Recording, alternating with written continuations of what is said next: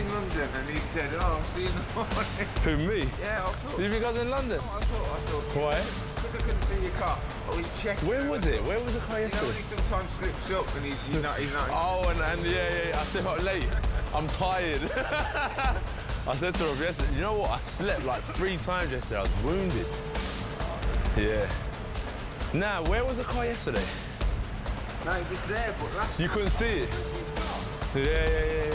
Because you went, oh, I'll come in a bit later, and I thought, Nah. I thought he's probably in London. Isn't he? Nah. I was matched up yesterday, you know. I was wounded. More than once, really fast. Sometimes I'm in the change rooms and I could just hear someone grunting, and I come out and guess who it is on the bag, Big Josh, you know, being put through his paces. But again, for us, is to see what it takes to be a champion. So when we're there, we know what we have to do. Good, simple. Left hook high. Uppercut hook high. Good. Right hand. Good. Right hand. Right hand. That's the shot. See? If he comes in there, that's it over. You see what I mean? You don't have to do that or come out. Just boom, drop the chin. Defend and move the legs when you defend. Smooth, balance, calm, upper body, feet. Don't look for nothing. That's good. Don't look for nothing. Now step around him. Upper body. Keep a rhythm now. Keep a rhythm. Don't wait on him. Now you're waiting on him, mate. How do you feel? Good. Just be a bit sharper, mate. You're waiting on him again. You're letting him attack you and then you're trying to get away.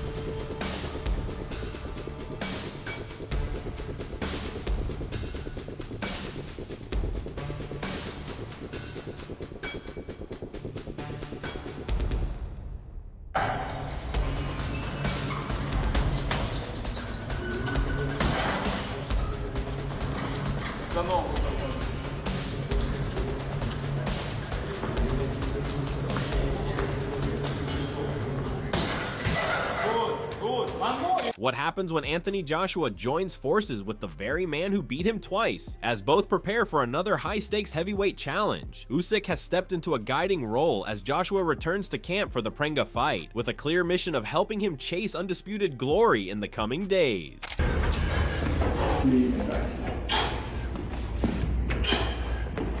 And push.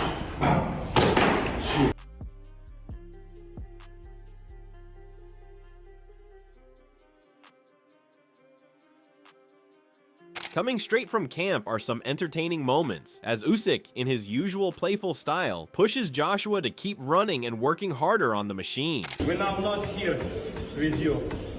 We're now like Miami Beach. You know, we drink. You like coconut? Yes, you like. We drink cold coconut with ice and music, reggae. Yeah. Long step. Long, yeah.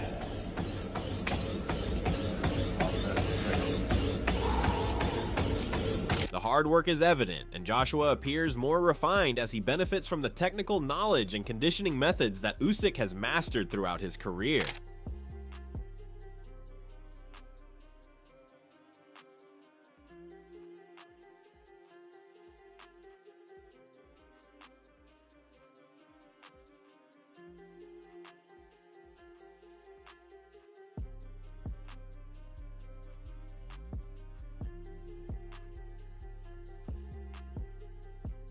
With a dedicated team around him and Usyk guiding the process, Joshua is sharpening his technique and pushing his skills to a new level through relentless dedication.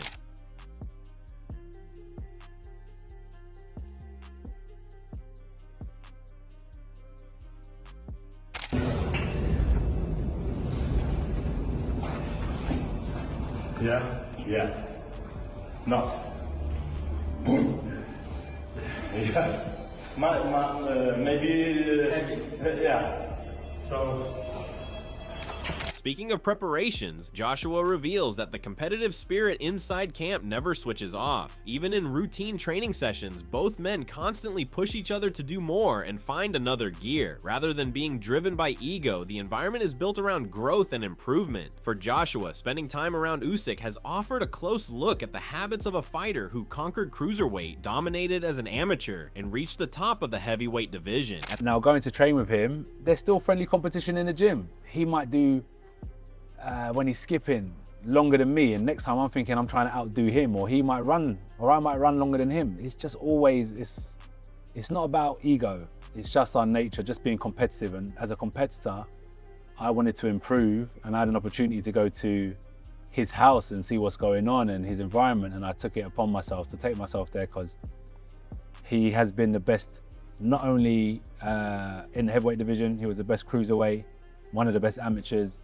At the same time, Joshua makes it clear that his goal is not to become a copy of Usyk. While he has picked up valuable lessons and discovered clues behind Usyk's remarkable success, he understands that every champion must forge their own path. Instead of replicating what works for Usyk, Joshua is focused on adapting those ideas to fit his own style and strengths. Judging by his reflections, the experience has already become an important part of his ongoing evolution. He has been the best, not only in the heavyweight division, he was the best cruiserweight, one of the best amateurs. So starting to understand how he managed to achieve all these things. I can see some clues, definitely, but also there's only one Anthony Joshua, and I've got to make it my own. I can't turn southpaw. I can't do the things that he done, but I can see the things that he done and make it Anthony Joshua's. And I think it's been good, man. Been really, really good. What makes this partnership even more fascinating is Joshua's honesty about where things stand between them. Rather than letting pride get in the way, he openly acknowledges Usyk's achievements and accepts the reality of their past results. Joshua explains that there was never any personal dislike involved, only competition between two elite fighters. Once those battles were behind them, he saw an opportunity to learn, improve, and channel that competitive mindset into something productive inside the gym. He beat me twice. He beat me twice, innit? Yes. I'll be stupid to say that I'm better than him. I could definitely win a fight in the future, but for now he's better than me. I gotta give him his credit. What made you decide to put that humility first and get in the gym with a guy who beat you twice and be willing to allow him to train you and show you his way? Like with our sport, it's I don't dislike Usyk, but we just compete with each other, and I'm a very, very competitive person. From there, Joshua describes an atmosphere built on mutual respect and relentless work. He explains that they are not constantly trying to outdo each other during every session, yet the energy naturally pushes both men forward. Simply sharing the same environment creates motivation. Watching another elite athlete train at the highest level encourages everyone around him to raise their standards. So once that got put aside, let's go and put our energy into training and helping each other in the gym, really. So even just being like, we don't, for example, he's not hitting the bag, I'm hitting the bag, he's hitting the bag, I'm hitting the bag, but just being in the environment, two hard-working guys that are highly competitive, you feed off the energy, basically. So we're not competing, but we're just putting our energy into the gym and supporting each other that way. But while Joshua continues his preparations, discussion around his future remains just as active. Experts suggest that the entire roadmap is ultimately leading toward a blockbuster clash with Tyson Fury. However, they also acknowledge the danger that comes with looking too far ahead. Heavyweight boxing has repeatedly shown that expected mega fights can quickly unravel if a fighter stumbles in a supposed stepping stone bout before reaching the final destination. Well, you say that this fight is all about Fury, as in the fight that's meant to be end of the year, AJ Fury, which is what everyone wants. That is the fight that we're sort of building up to. Is there a danger in that? We've seen it before, especially in heavyweights, where a certain fight is built up towards, and then it doesn't go to plan in the build up, in the easy warm-up fights. Is there a chance that could happen? Is that a risk? So the comparison would be when AJ got done by little Andy Ruiz, but I thought that was, if you really look into that was disastrous matchmaking, because he had been training and preparing for Jarrell Miller. Jarrell Miller, yeah. Who's 25 stone, big fat drug cheat stands in front of you and Looking back at Joshua's upset loss to Andy Ruiz Jr., experts suggest that situation was very different from a traditional warm-up fight gone wrong. They argue the real issue was the dramatic change in opponent styles after Jarrell Miller was removed from the event. Joshua had prepared for one type of challenge, but was suddenly faced with a much faster and more explosive replacement. Because of that, they believe the current assignment presents a far more controlled and suitable path forward. and throws 1,000 punches. And now has a Now he got he's got the 2K as well. And once he got popped, they stuck him in with a 5'11" Mexican who was He's fast a hands, very good. fighter. And he'd got robbed. He'd had a really good camp previously, so that was just a bad idea. I get that. Meanwhile, Vidal Riley offers another perspective on the discussion. He points out that the Ruiz fight was never intended as a warm-up bout and became a unique situation due to late changes behind the scenes. Riley believes people often forget how many years the Joshua and Fury matchup has been discussed without materializing. This time, however, he senses genuine momentum. In his view, the long-awaited showdown is finally within reach, and there is a strong chance boxing fans could see it happen before the year ends. Warm-up opponent for Tyson. Because the thing is, Andy Ruiz, that fight wasn't a warm-up fight. That was just a the fight, yeah. He was cheating. But the Wilder deal was supposed to be done. Oh, yeah, but then see, these guys, they've been around so long, and the fight hasn't happened that you forget what the warm-up fights were to warm up to. But I think we're finally gonna get him. I think we're gonna get him this year. We'll get Fury, AJ this year. Putting it out there, I believe it. Analyst Ade Oladipo suggests Kristian Prenga should not be underestimated going into this heavyweight clash. He describes him as a big, powerful opponent who carries real knockout strength despite operating at a lower level of competition. While acknowledging the quality of Joshua, Oladipo warns that any fighter in the 250 to 260 pound range can change a fight with a single clean shot. Kristian Prenga shouldn't offer any problems. He's a big lump, as they all are in the heavyweight division. I'm guessing he's around 250, 260. Although everyone he's knocked out is at a very, very low level, knockout power is knockout power. Some people will go points with some of the guys that he's put to sleep. So he clearly has power. And I've always said, I think if a 260 pound guy hits you clean on the chin, your legs will wobble and you could go down. So AJ has to be careful. Oladipo further adds that Prenga has been chosen with a clear purpose, expected to provide Joshua a short, sharp test lasting a few rounds before moving toward a potential Tyson Fury showdown. He also highlights comments from Prenga's camp where his manager insisted this is not a stepping stone moment and warned against underestimating the challenge. The message was clear. They believe Prenga can compete, and they do not want him viewed as just another easy win on Joshua's path forward. And they've picked Prenga for a reason. To give AJ 3 or 4 rounds, AJ knocks him out, we move on to Tyson Fury.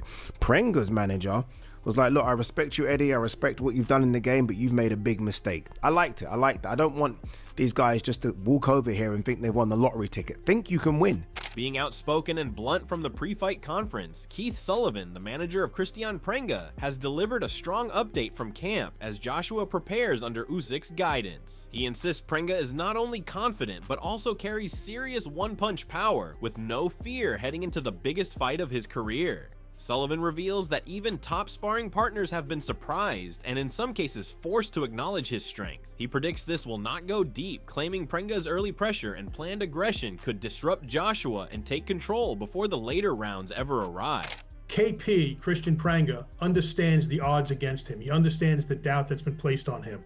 But he has absolutely no fear, tremendous confidence that he can win this fight. Kristian is a very heavy-handed puncher. I brought in some of the top sparring partners that we've been able to get our hands on. They have called me up and been amazed at how heavy-handed and what a hard puncher he is and how much of a beating they've been taking in sparring. So we don't need 12 rounds. We don't need 1,000 punches. We just need 1 or 2 good punches on AJ's jaw to get him uncomfortable. And we've seen it time and time again.